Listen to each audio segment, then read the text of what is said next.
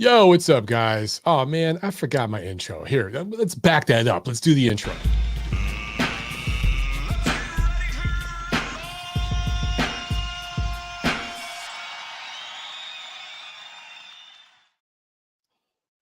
All right, there we go. Sorry about that, guys.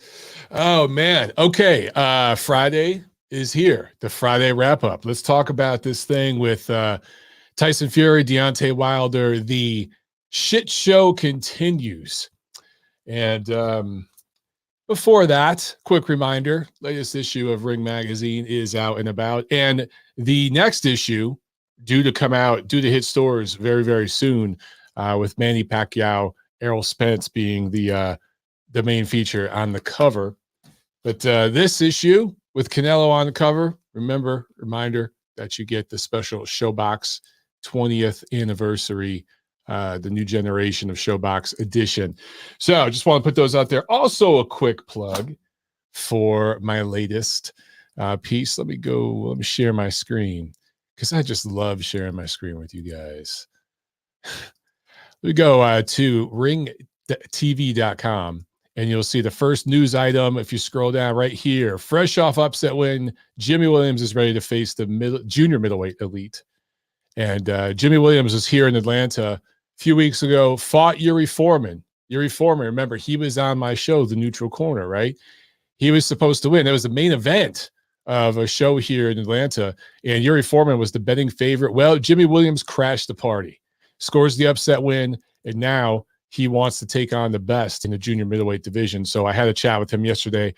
Go check out my piece on him on ringtv.com, okay, guys? And let's see. All of you get set up in the chat here.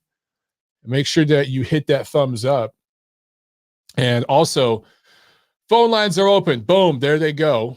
Phone lines are open, toll-free in the United States and the UK. So get on there. I want to know how you guys feel about this. Of course, I'm talking about Tyson Fury testing positive for the COVID.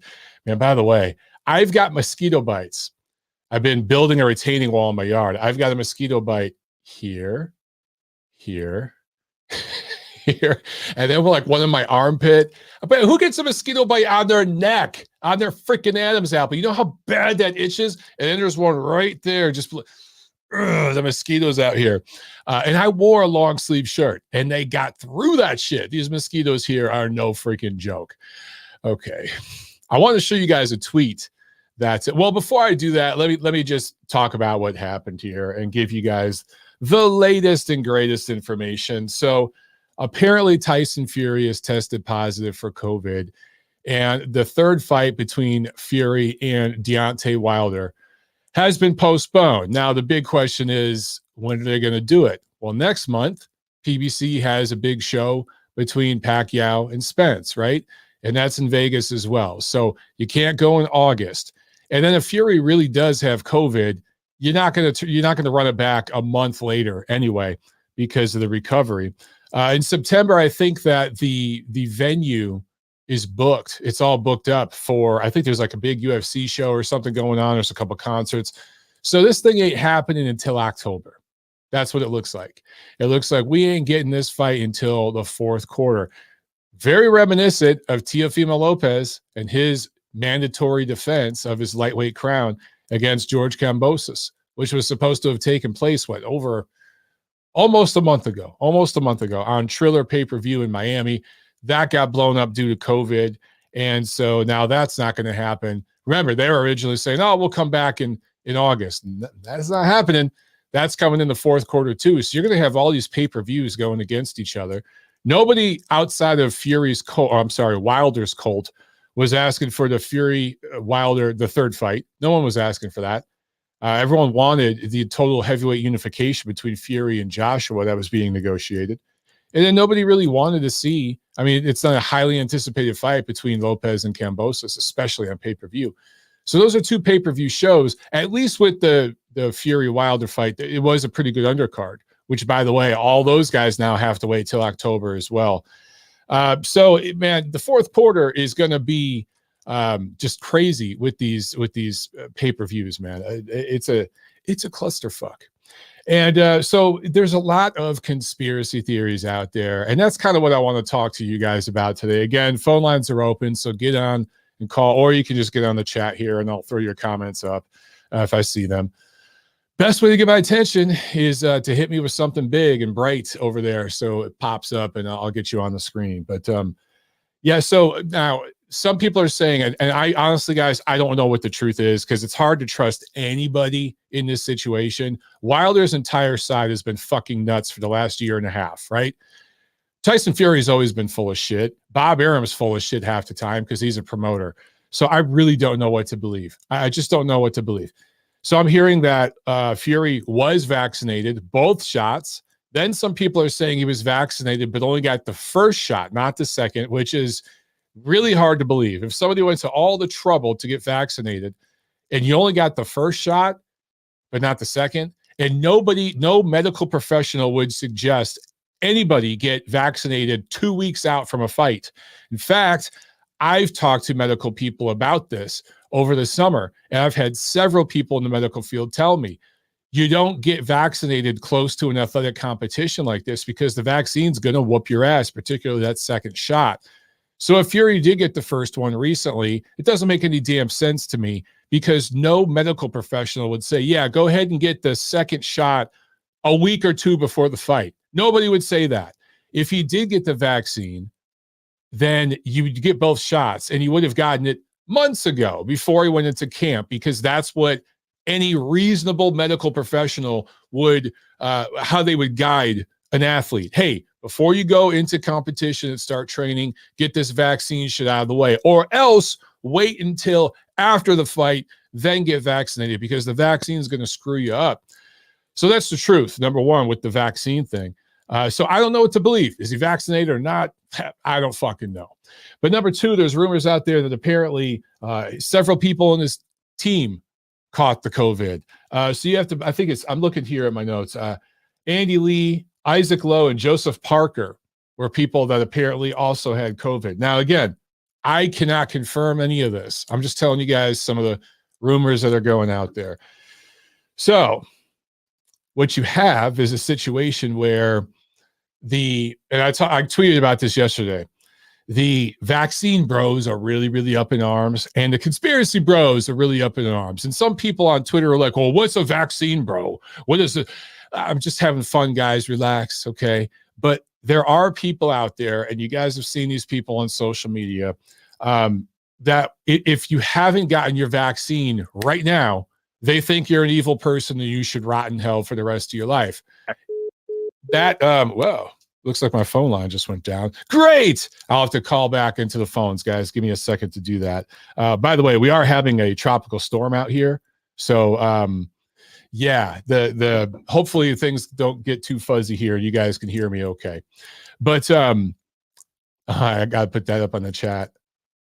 Oh, hang on, guys. First of all, CJ Duncan, super chat. Thank you so much, CJ. He says, they were about to bomb at the gate. Well, I heard things. Okay. Now I heard some things. Now, when this fight was first announced, tickets actually did move. There was like a quick buy-in for people that were like, oh, let me gobble these up. And then it just kind of stopped.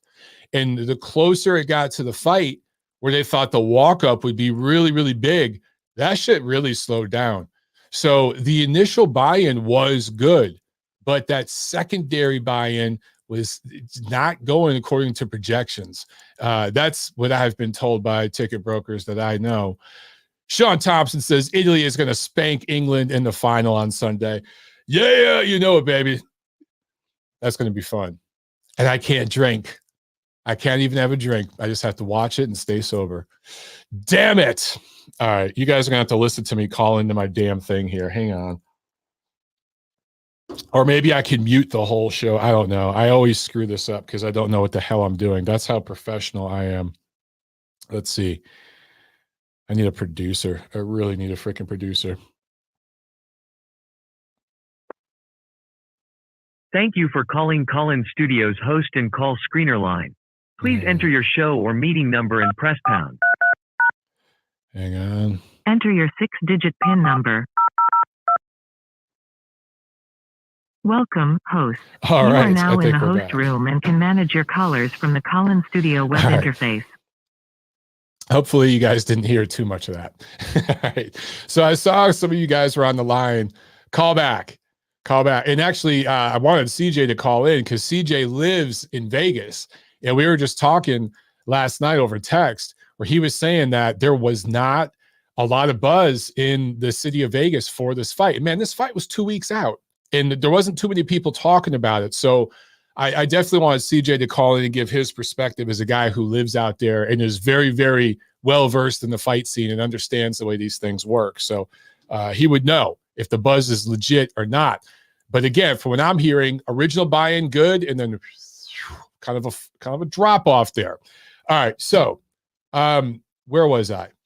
Don't know what the hell to believe with this shit, but vaccine bros. What do I call a vaccine bro? Just the people that are a little too in everybody else's business about the vaccine. Now, look, if it were me, okay, and I'm talking to all you guys out there as just myself here, public service announcement, if I'm not here to tell you what to do with your life, and there's many different reasons to delay getting the vaccine. There's family planning involved. There's if you are an athlete who's in competition, you might need to wait until after the competition.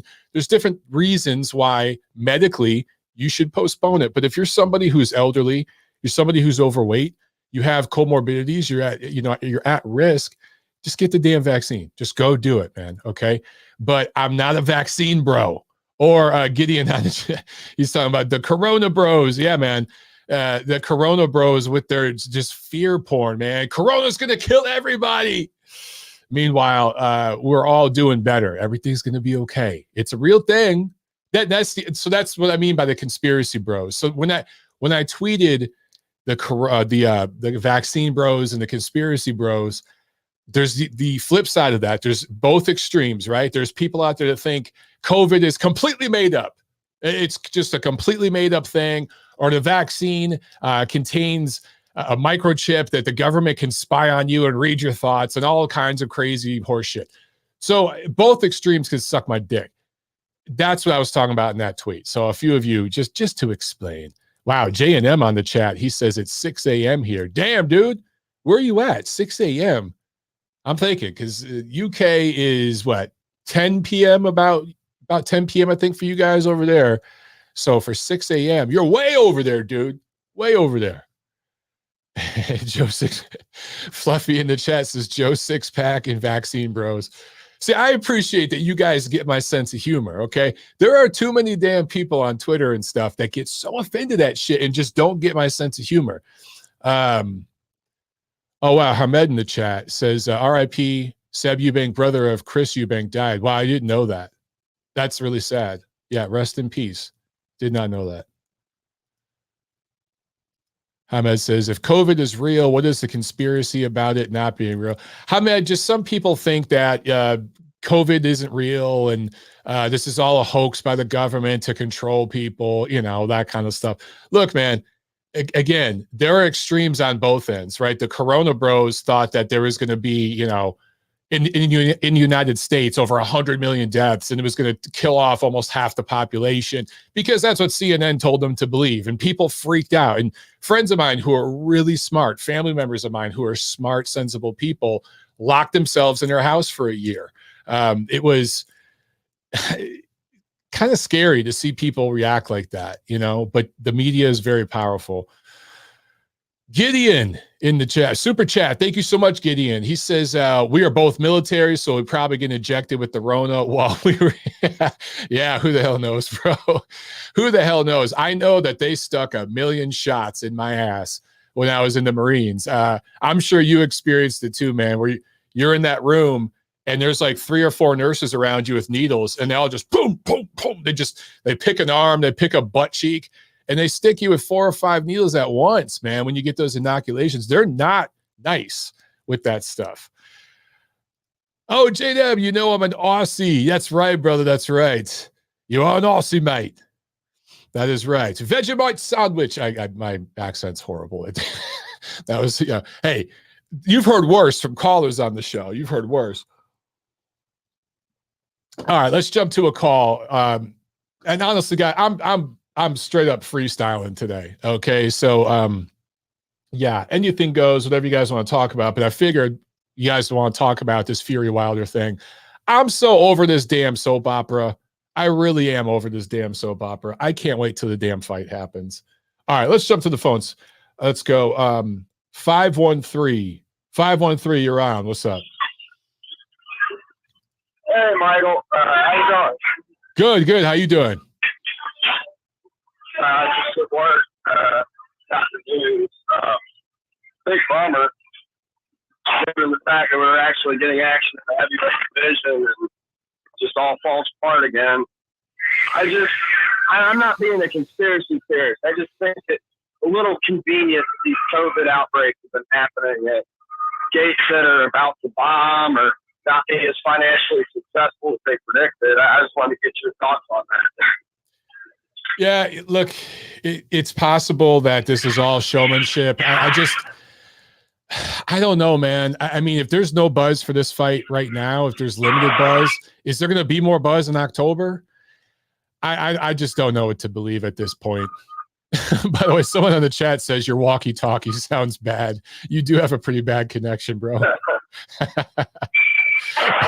on, I got you on Bluetooth right now. Yeah, the Bluetooth is killing my ears, man. So I think everyone on the chat's probably dying here. Oh no, is that better? That's definitely better. Yeah, that's better. Okay, so sorry about that. It's all good, man. Yeah, big noisy factory. Oh, okay. Yeah, so I mean, you know, I wasn't as hyped for the main event, but that undercard was really good, and we get to see that all again. So it's kind of thought it would all be, you know, at least a fun event to kind of buy into the pay-per-view. Like I would have ended up buying it and hopefully having a decent time, but it's just a big bummer. This whole thing falls apart, and after they hyped up the heavyweight division this whole year, and nothing's happened. Yeah, man. It's really, really frustrating, man. This is just boxing keeps doing this shit to us. And look, if Tyson Fury really did get the vaccine, he got both shots, and he still got COVID, which that has happened. There are people out there who did the vaccine and they still got COVID. There's a new variant out, and that's why there's some people who suggest you should wait till the vaccine is updated to counter this new variant. You hear all these conflicting things. I don't know what to believe, but it just sucks, man, because this whole thing has been held up for a whole year, dude. A whole year. Yeah, it's completely ridiculous. I mean, we were told that we were going to get the biggest heavyweight fight in 20 years. Yeah. It's going to be huge. Okay, no, we're getting this. Oh, no, wait, no, we're not getting this. Like, yeah. I mean, this whole situation has made me a lot bigger fan of Anthony Joshua. Yeah. I feel like he's dealt with it well. And, you know, honestly, if Wilder Fury-3 doesn't come off, he might have the biggest heavyweight fight of the year when he fights Usyk. He will. Yeah. I think he'll have the most meaningful fight. I mean, and look, Andrew, when these two fight, when Wilder and Fury fight for the third time, even though I'm talking all this shit and I'm over all the drama and the soap opera, when these guys get in the ring and we're 2 minutes away from the opening bell, I'm going to be on pins and needles and watching just like everybody else. I admit that. But I think you're right, dude. AJ versus Usyk, that's a more meaningful fight at this point. And I'm looking forward to that one. By the way, I had never really thought about it, given how Tyson Fury has been really good at self-promotion. Like, you tweeted out that he has not defended a title once. Yeah. That's insane. He's rated number 1 at the Ring as the Ring Magazine champion. He has been since February of 2020. He was a Ring Magazine champion previously and has never defended the title. Like, I almost at this point kind of wish I don't know how you guys do that, but it's almost like you kind of got to start thinking about stripping the guy, because it's kind of like you got to do something eventually. You can't just, like, I don't know. By the way, I got to tell you, one guy in the chat said, you're calling from outer space. And then another guy responded, one small step for man. They're beating you up on the chat, man. But look, I shared the screen about the tweet that you're talking about because that tweet took off. I did not expect it to get as many likes and retweets. It was kind of a throwaway tweet right before I started to like wind down and get ready for bed last night. But it's true. Tyson Fury has been a pro for 13 years. He has 0 world title defenses. He beat Klitschko in 2015. And to go over this for the 500th time, he had tested positive for steroids that same year. So there's a huge asterisk over that win for him, number one. But he never defended that win. You know, he came back 3 years later. Of course, I got beat up by some of the Tyson Fury fanatics on Twitter. And they were like, he defended against Safari when he came back. I'm like, dude, he was stripped before then. He hadn't fought for 3 fucking years. He was suspended, stripped. So that was not a defense of the lineal championship. Stop. He became lineal champ again when he beat Wilder last year because that was number 1 versus number 2. Because at Ring Magazine, we stripped him. He had the ring belt when he beat Vlad, but we stripped him. And he got our championship belt again last year when he beat Wilder. But as you brought up, you know, at what point does he get stripped again, possibly? Well, a few people have asked about that. We can't strip him right now per our rules, but it is interesting that the number 1 premier heavyweight in the world right now has technically zero defenses. That's crazy. Yeah, well, I apologize to the chat for the crappy audio. I work in a steel mill, so there's big, heavy equipment going around everywhere. I just had to call in and chat with you for a minute. So I appreciate you taking my call, and enjoy the rest of the show. All right, man. We appreciate it. All right. Have a good one. All right. Bye. Some of you guys, man, some of those comments were hilarious. He did walk out of the factory, so the call got better. So, but yeah, that was some funny stuff, man. Anyway, all right. What do you guys think about my tweet? Was I too harsh? I don't think so. I wasn't trying to diss Tyson Fury in any way, but I was just telling the truth. Look, Wilder has gotten a lot of flack over the last year and a half, and he's deserved all of it. Now, I'm not talking about some of the crazy stuff some people have said that's crossing a line. I'm talking about legitimate criticism. Wilder and his people, when I say his people, I mean his fans, his team, they have kind of asked for some of that criticism because of the way that they've responded to that loss to Fury, right? And all the excuses and stuff. But, you know, you can't act like Fury's this angel. He's not, man. Fury did consume steroids in 2015, the same year he beat Klitschko, and UCAD retroactively suspended him to just after he won the Klitschko fight, even though the samples they collected that tested hot, it was multiple samples, were collected before he fought Klitschko, way earlier in the year. It was after he fought, might have been Christian Hammer. I can't remember who it was, but they tested him after that fight, before the Klitschko fight, test positive. But UCAD retroactively suspends him, not to the dates that they collected the samples, because, you know, that would only make too much sense. They suspended him to just after he beat Klitschko. So that win, where he first established his lineal claim, that win has a massive asterisk over it for me. Klitschko wanted the rematch, demanded VADA testing. You guys all know what happened. So there's that history that ESPN tried so hard, Top Rank and ESPN and everybody there tried so hard to make everyone forget about. And Wilder and PBC's people tried to get everyone to forget about it too, because they needed Fury's name and lineal claim on Wilder's resume. Cherry pick gone wrong. Then once Fury beats Wilder, then all the Wilder cult starts to care about that history. Meanwhile, subsequent to all that, we had the back and forth this year with Top Rank and Matchroom, Tyson Fury, Anthony Joshua, arbitration, all this crazy bullshit. Turns out it was all for naught, because the contract Wilder had was rock solid. You have to do the 3rd fight. Okay, cool. Finally, let's just have a damn fight, something, okay? And then COVID. Yeah. All right, let's jump back to the phones. 702, you're on. What's up? 702. What's good, man? CJ, what's up, man? Hey, man. I had to wait a couple minutes to Vicky heads out around this time to go down on the strip and go make some money. So go get to work. So I had to make sure the house was cleaned up. I've been listening this whole time, and you guys are pretty much hitting it on the head when it comes to the Fury-Wilder, at least from how the event came up. I know that the city is really quiet right now. I know, like you brought it, we had kind of had a conversation about it, but the city's quiet. And just to put it in comparison, this tomorrow night we've got out at T-Mobile, Poirier versus Conor McGregor 3.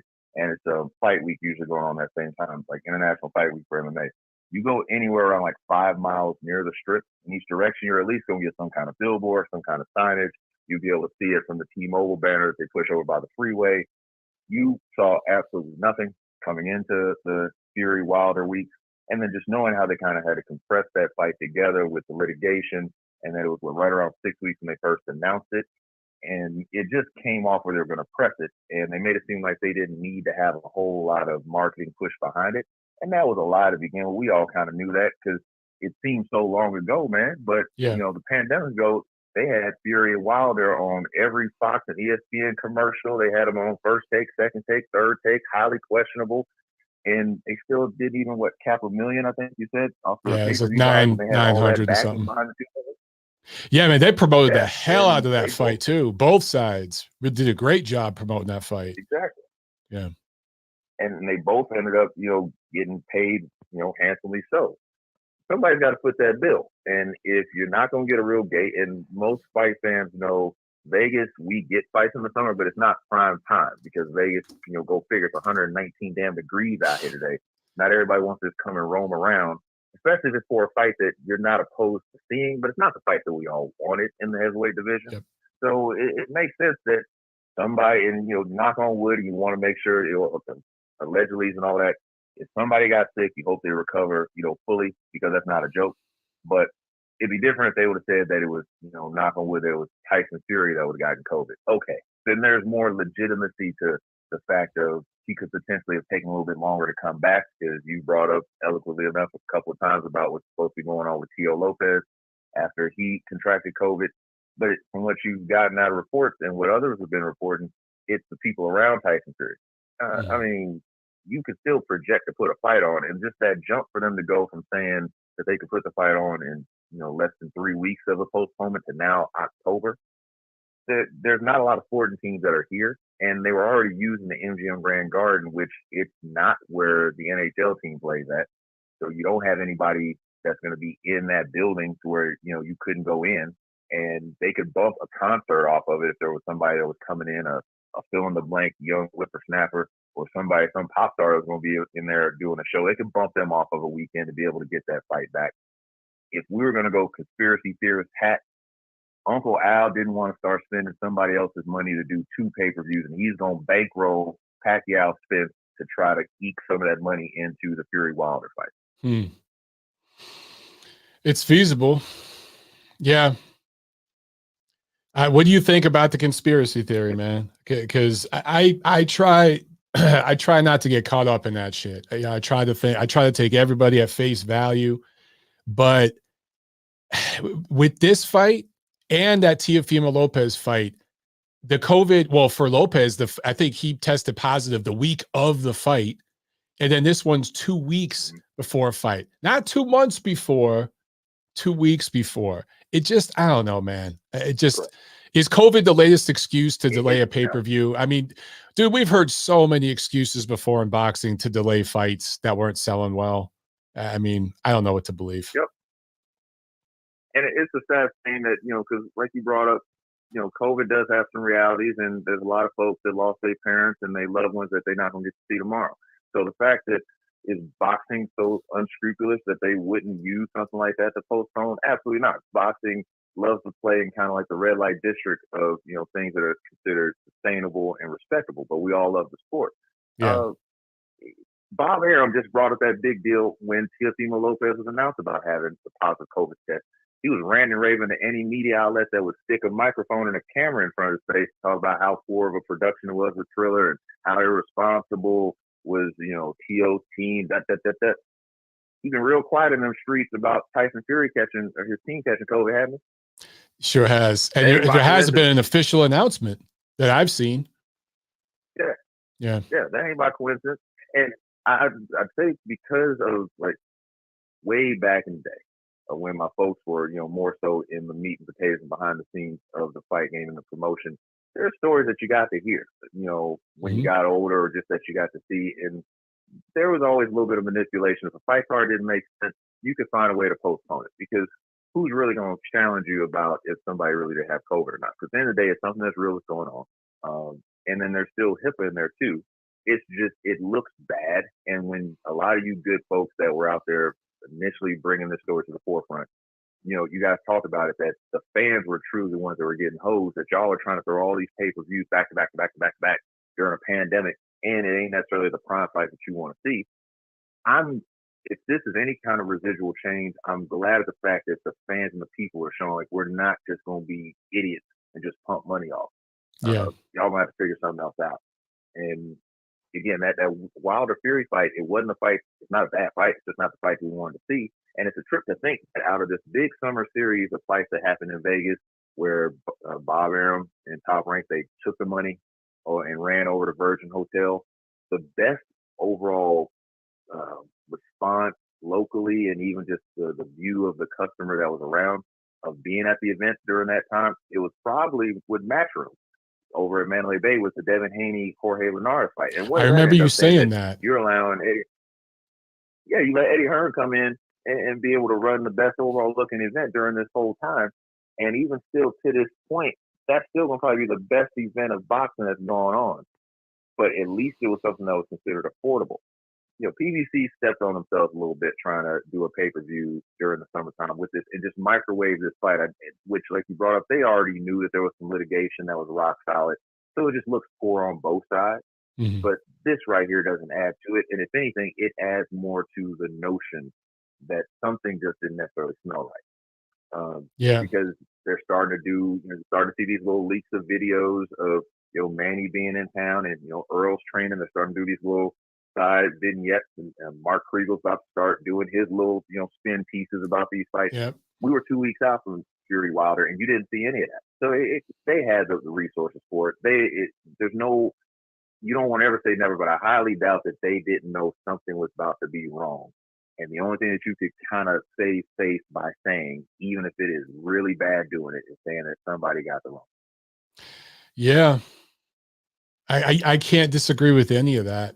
And again, we could take everybody at face value. We could say, I hope if Fury is sick that he fully recovers. I will say if he really is sick, this benefits Deontay Wilder greatly. I've always said the more time that passes between the second and third fight, that's a benefit to Wilder, not Fury.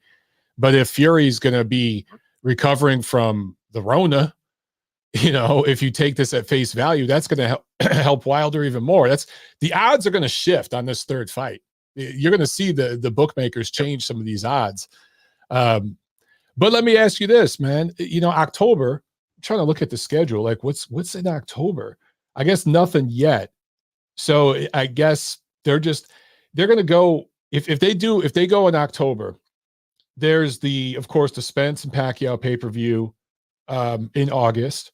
And then Joshua and Usyk, that's in the UK. That's in September. I want to say there's some big UFC show around that time as well. But I guess they figure in October, they'll have the market to themselves and they'll have a little more time to push this thing. I don't know. Is it going to be any bigger in October than it would have been now? No, but they at least be able to justify the bloodbath that the networks and the promoters are going to take a loss on in October, because then they can start to prepare for their 2022 budgeting and how they're going to roll out their fights to try to recoup. Because it is fourth quarter. This fight the way that they try to push this one together, it's a bigger risk, because in October in Vegas, you're going to have mainly the weekend football crowd starting to come in, especially with this being the inaugural true season where fans will be in attendance in Raiders or Allegiant Stadium. So you're going to have the weekend crowds here. And it's a fight where, you'll get some eyes, but it's not going to be like even the second fight where you might get people that'll fly in for the Raiders game on Sunday that would be willing to wail and spend a good time of money and effort to go to that fight the night before. You're not going to get that crossover crowd for this particular fight because it didn't do well in the second fight. And only talk about with all the marketing that they did, it still didn't break 1 million pay-per-view buys. And we saw the result, and it wasn't even that competitive a fight. I mean, we're being completely honest. Both fights were like there was some mama's cooking along the way. But thankfully enough, they didn't have to go to the card from the second one.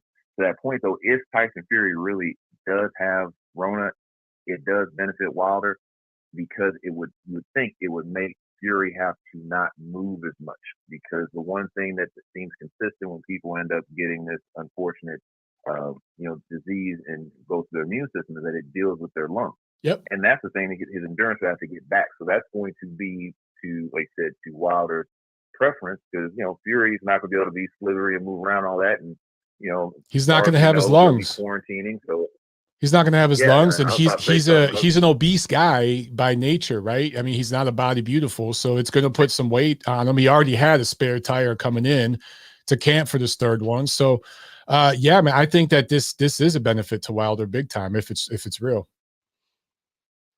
Yeah, because you said that, Tyson he had that extra weight.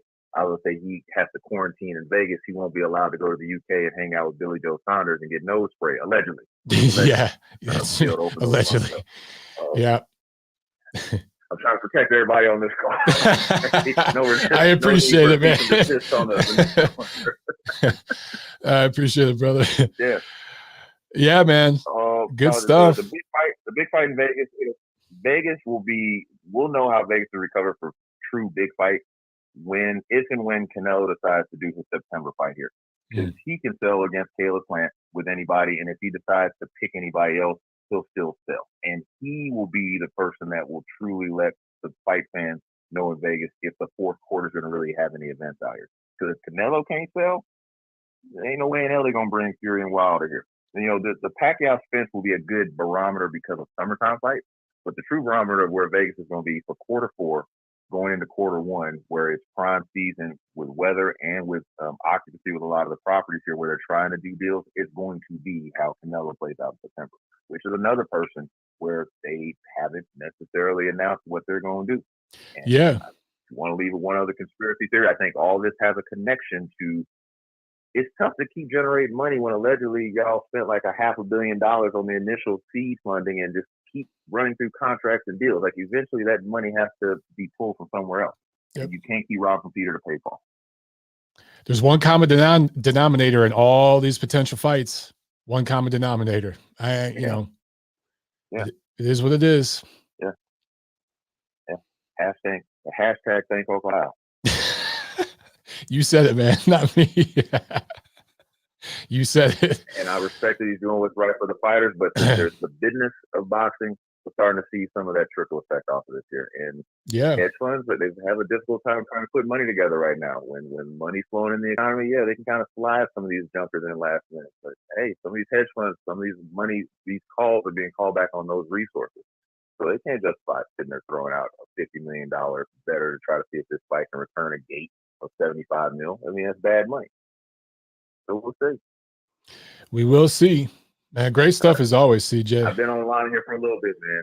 Yes, sir. I mean, I appreciate it. I had to wait until the house got quiet to be able to call in. I'm going to keep listening and get back to work, man. Enjoy the weekend. Sucks that you can't have anything to drink, but you and Tiff be safe out there, and I'll catch up with you along the way, man. All right, man. Have a good one. All right, now. Peace. There we go. CJ, always with good stuff, man. He has a very analytical mind, and he understands the fight game. So I always appreciate CJ's perspective. Just a good dude, too. Him and his wife, good people. And last time they were out here in Atlanta, we all hung out and stuff, and I met CJ's sister. But I think that was pre-COVID. Then the world blew up. But after I'm done doing my thing, this summer, which hopefully all that's still on. And as far as I know, where all systems go for the last Saturday of August, I'll be fighting in a Masters event here in Atlanta. After all that, then I can live again. And maybe we'll go out there to Vegas and get to hang out with folks again. All right, super chat from Feeling Dangerous 113. Thank you so much. He says, just a little thank you for being a reliable source. Please note I have returned safely from the moon. All right. Thank you so much, man. I appreciate that. Appreciate the love, guys. All right. I saw a few things going on in the chat during CJ's call. So a couple of you guys were asking about the fight tonight first. Man, that card tonight's going to be fun. So it's on the zone. It's from LA. Of course, Gilberto Ramirez, Sullivan Barrera. That's a good matchup. Sully B always brings it, man. I like Sullivan Barrera because he will fight everybody. He really, really will. Gilberto Ramirez recently, you remember you guys when he tried to promote himself? And then he was like, yeah, this is fucking hard. So he signed with Golden Boy. I think he's a good fit with Golden Boy. But personality-wise, his personality in the ring, I mean, he's got to step up because Golden Boy is going to want to market him a certain way. Oscar is going to want to market him a certain way. And Gilberto needs to fight that way. He needs to be exciting. He needs to go for it, pour on the offense, and show some passion in there. He looks listless sometimes in the ring. Can't have that, especially in LA for this fight in front of the Mexican-American fans. Dude, you got to bring that shit. So hopefully we get that. Also, to me, the matchup on this card, and don't sleep on this, the co-main, man, Joseph Diaz Jr. versus Javier Fortuna, that is going to be a banger of a fucking fight. Don't miss that one. I think it's going to steal the show. And, a lot of people are saying Fortuna is going to walk through Diaz. I've heard a bunch of people saying that. I don't think so. Joseph Diaz is a little general in there, man. I think that's a very good competitive fight. Don't sleep on JoJo. I think that he can win that fight. And there's big potential for the winner of that fight. By the way, this is at lightweight, right? Because I think JoJo's last fight was, I can't remember if it was 130 or 135. He may have already moved up to 35. He was having trouble making weight at 30. So I like this matchup at 135. And then there's potential big fights after this for the winner. So I definitely want to see this. It's possible Ryan Garcia could fight the winner of this fight. We'll see. Also, female junior flyweight title, Sadicia Estrada taking on Tenkai Tsunami. That should be fun, but I favor Estrada big in that fight. Estrada's a little monster. I think that she is top 10, maybe top 5 pound for pound female fighter right now in the world. I think she flies under the radar because she's such a tiny girl, but she can scrap, she can bump, and she's going to win this fight and grab that. I think it's the WBO title. So fun card tonight. And then there's a card that ESPN Plus picked up tomorrow from Kazakhstan, and a bunch of prospects on this card from that part of the world. So you guys might want to check that out. I believe the time will be like early in the morning here, East Coast time. It'll be like 10 a.m. East Coast time in the United States on ESPN Plus. So for you guys on the West Coast, it'll be like early in the morning, 7 a.m. But for you guys over in the UK and stuff, it'd be perfect time if you could find a stream to that card. All right, so that's it for the action this weekend. Of course, next weekend, we got the big one between Jermell Charlo and Brian Castano. I love this fight, and it is arguably one of the best matchups PBC's ever made. And PBC is finally going to completely unify a division. This is something other promoters have done multiple times in recent years. I can point to several examples. PBC's yet to do it, despite owning pretty much 147 and 154 almost entirely for years now. And maybe there's been one belt that they haven't had, but they have found ways to not completely unify divisions. Finally, they're going to completely unify division. And I'm going to give them tremendous credit for that. It's not easy to do, but obviously I like Charlo in that fight, and we'll talk about it on TNC. We'll preview it Monday. But I like that one. I'm excited for that fight. I think it's a good matchup, and it's about damn time. Is Castano as good as some people are making him out to be? I don't know about that. I do think that 154 maybe gets a little overhyped compared to some of the lower weight divisions. I love like 122, 115, of course, is stacked. Several of those lower weight divisions, I think that's where the real meat is in boxing, man. Those are the best divisions where you get the most bang for your buck the most often. But 54 is a solid division, very, very solid. And for Charlo, I think he's going to win this fight and clean it out. Pound for pound at that point, baby, you cannot deny him at that point. So he will deserve all the credit. Can't wait to watch that one. All right, guys. What else did you ask about? Oh, we got a shout out from Berlin. Man, so we got you guys watching from all over the world. That's why I love doing what I do. Because we get guys from all over the place. That's pretty damn cool. Pretty damn cool. I'm trying to see if there's anything else you guys were asking about. Well, this is interesting. Graham Coleman in the chat says, I heard Jared Anderson stop Fury on his feet in sparring, and that's why it's off.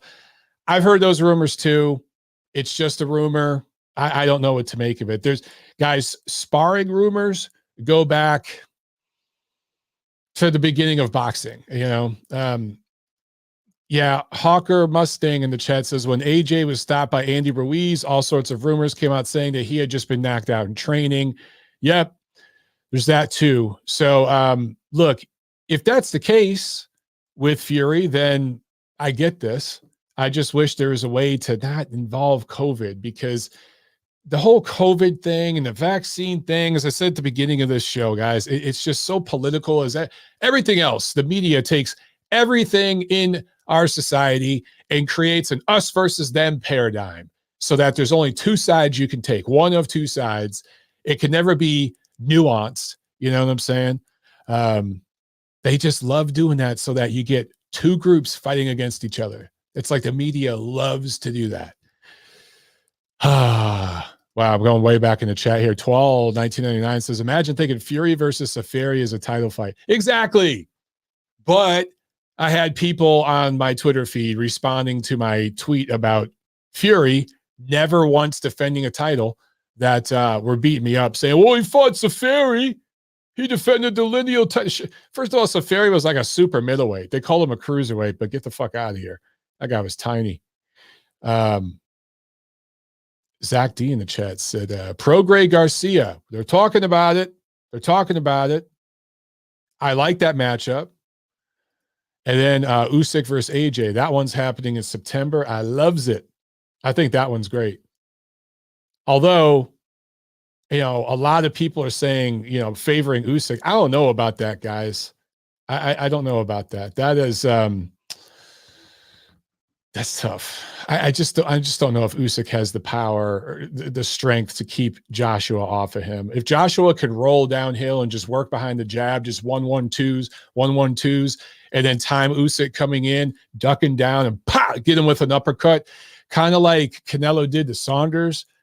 Different styles. I understand that. I'm just saying, I just don't know about that. But it's a damn good matchup, and I'm excited to see it. J&M says, my wife just woke up. Now I'm in trouble. She probably thinks I'm cheating with you. That's a loaded comment if she thinks you're cheating with me. There's a lot going on here. Alpha Male in the chat says, like the video, people. Yes, thank you. You're going to get the applause. Like the damn video. All right, one more call, guys. We're going to take one more call, and then we're going to call this.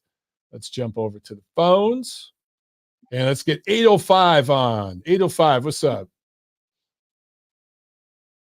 Hey, Mike, what's up? It's me, Nacho. Nacho, what's going on, man? Nothing much, man. Just kind of listening into a couple of the things. I just have like a couple of points regarding the whole fiasco of Fury and Wilder. I'm kind of in the boat that I'm not necessarily buying that he really got sick. I think something else happened, and they're just not really going to reveal it. They're just kind of conveniently using COVID as the excuse. But the one thing that has been kind of bugging me, like seeing people talk about this on social media and on a couple other podcasts, it's funny how all these guys on the new media that are supporting Wilder, they're quick to throw Top Rank and Fury under the bus for the fact that none of the quote-unquote tickets were being sold, and that's why they postponed the fight. Well, my counter to that would be PBC and Wilder are co-promoting this fight, so they had a hand in pricing these tickets the way they did.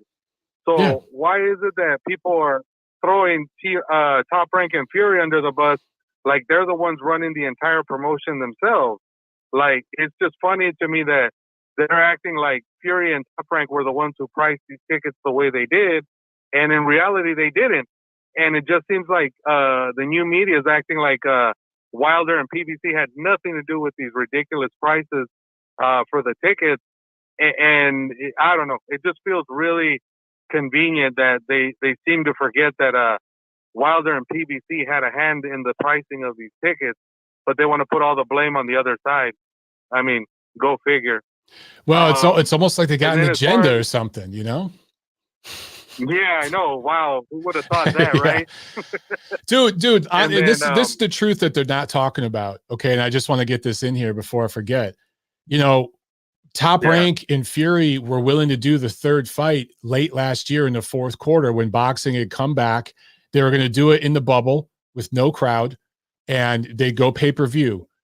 PBC side wanted fans because they wanted to charge outrageous prices for the tickets to get a bigger gate to meet Wilder's purse demands on their end. So they are the reason this fight did not happen last year. They are the reason it's happening in 2021, and they are ultimately the reason why it's been delayed so far.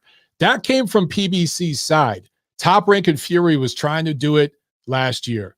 So the whole reason we're even here now, you know, I'm not saying that Bob Arum and Top Rank haven't fucked things up this year, because they sure as hell have. But to pretend this is a one-sided ordeal, that's just not right. And the people that are saying that sort of thing, they have an agenda. Yeah, exactly. And that's the part that's just really aggravating to see, is that they're acting like this isn't a co-promotion, like Fury and Top Rank control the entire thing, and it's not true. Also, too, the other thing right now, you were bringing up Mikey and Prograis. Yeah. I'm kind of in the boat of a couple of people who've been talking about that fight. I don't think that fight happens at 40. I think that's going to be a catchweight fight, because neither guy has demonstrated that they could legitimately make 40 without killing themselves. And unless they put in penalties against the other guy not coming in at 40, I mean, I don't know how likely it is that that fight genuinely happens at 40. I think it ends up being more of a, 143, 144 type catchweight fight, in my opinion. I agree. But I wouldn't mind seeing it. Yeah, I wouldn't mind seeing them, fight each other, because both guys need an opponent. Both guys are out there. They don't have anybody lined up. So why not make the fight happen, sooner rather than later? And then also too, what was it? And then the undercard. I don't know how true it is. Is it true that they're thinking about taking some of the fights that were supposed to be on the undercard for the Fury-Wilder fight and actually putting their own card together to showcase those fights? I've been seeing that a lot as well. I've seen that too, but I haven't seen anything confirmed. There has not been an official announcement one way or the other from Top Rank or from PBC. So it's like I said, and I'm sorry I don't have answers here, but I don't know what to believe at this point. Because, yeah, even with the postponement, that hasn't even been officially announced by, I mean, shit, I'll go to Top Rank's Twitter right now and look, but like with this kind of stuff, usually there's an official announcement, and I'm looking here, Top Rank's YouTube, not YouTube, their Twitter. Yeah. And there's no mention, dog, just no mention of this. And you would think something this big, they'd have some sort of announcement, and there's nothing. So I still don't know what to believe. Yeah. Though. Usually they'll put something out. Yeah. Yeah. And then with the card tonight, I like the card that's going on today with Golden Boy. I really am interested to see how Jojo Diaz looks against Javier Fortuna, because Fortuna can be up and down and inconsistent, but I would definitely like to see what Jojo Diaz looks at 35, especially considering he was overweight for his last fight, and he put in a bad performance. So I definitely hope that he redeems himself with tonight's fight. And then with Zurdo against Barrera, I think Barrera's kind of past it. He's just a name at this point. And I think Zurdo's going to go in there and take him out and, look good doing it. Someone was saying on another podcast that they think if Zurdo looks impressive, that the next fight to make should be him and Bivol. Yep. Do you think that's a legitimate chance that it happens? I think so, because of the DAZN connection. I think Oscar was on Steve's show this week talking about that. Oscar and Eric were on Steve and Mario's show talking about that. And yeah, I think it absolutely could happen. And Oscar's the kind of guy who's not afraid to put his fighters in with tough opponents. So I think that very, very well could happen. Man, that would be a great fight. Great fight. Yeah. I mean, I think both guys need it to, add to their resume to prove that they are a legit threat at 175 for sure. And then just real quick, because I know you're not going to talk about it till Monday, but I might as well just say right now, I'm calling the upset, Mike. I'm going with Castaño over Charlo next weekend. Upset special. Yeah. Look, man. Okay, well, why do you think that? I just honestly think that he's being kind of underestimated.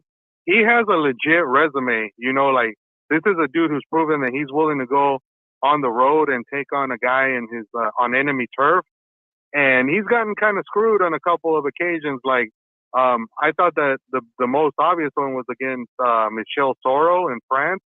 I thought he won that fight, and the judges ended up giving it to Toro, which I didn't think was the case. I thought he did enough to win that fight, but unfortunately, it went against him.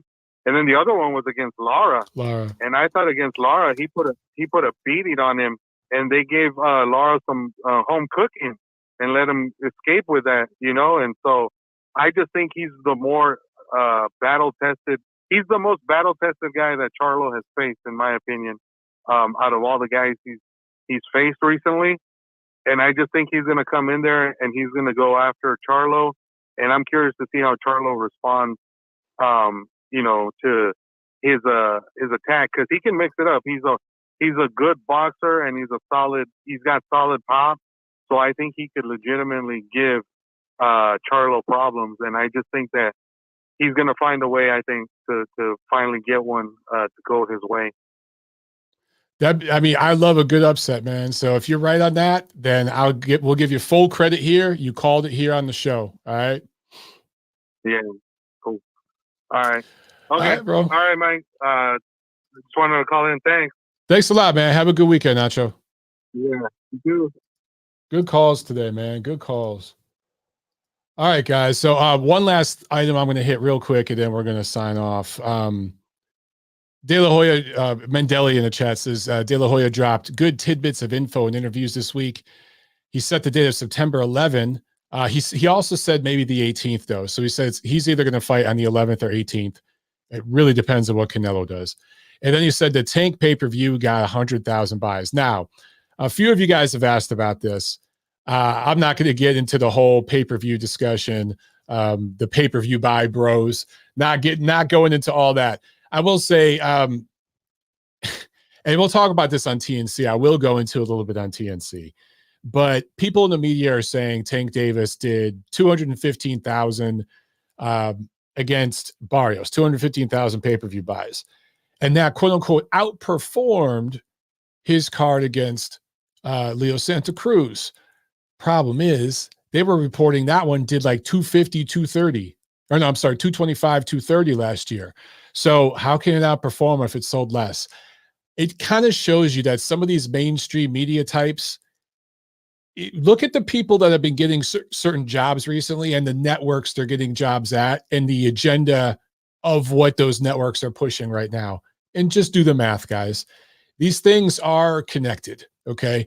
And they didn't get their story straight before tweeting certain things. The pay-per-view did more than 100,000 buys, or I think Oscar said it did like 90,000. It did more than that.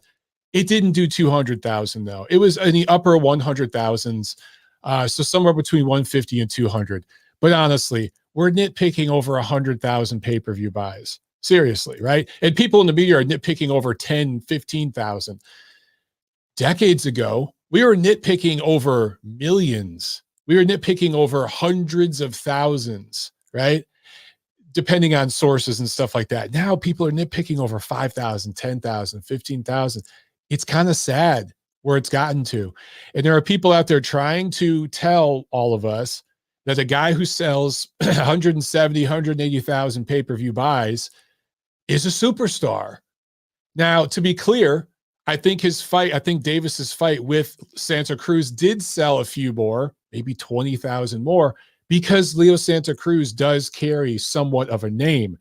Against Barrios, this was a market tester where they were like, well, let's fight a complete no name, no disrespect to Barrios, but the brass at Mayweather Promotions was like, let's fight a complete no name and see how well Tank carries a promotion.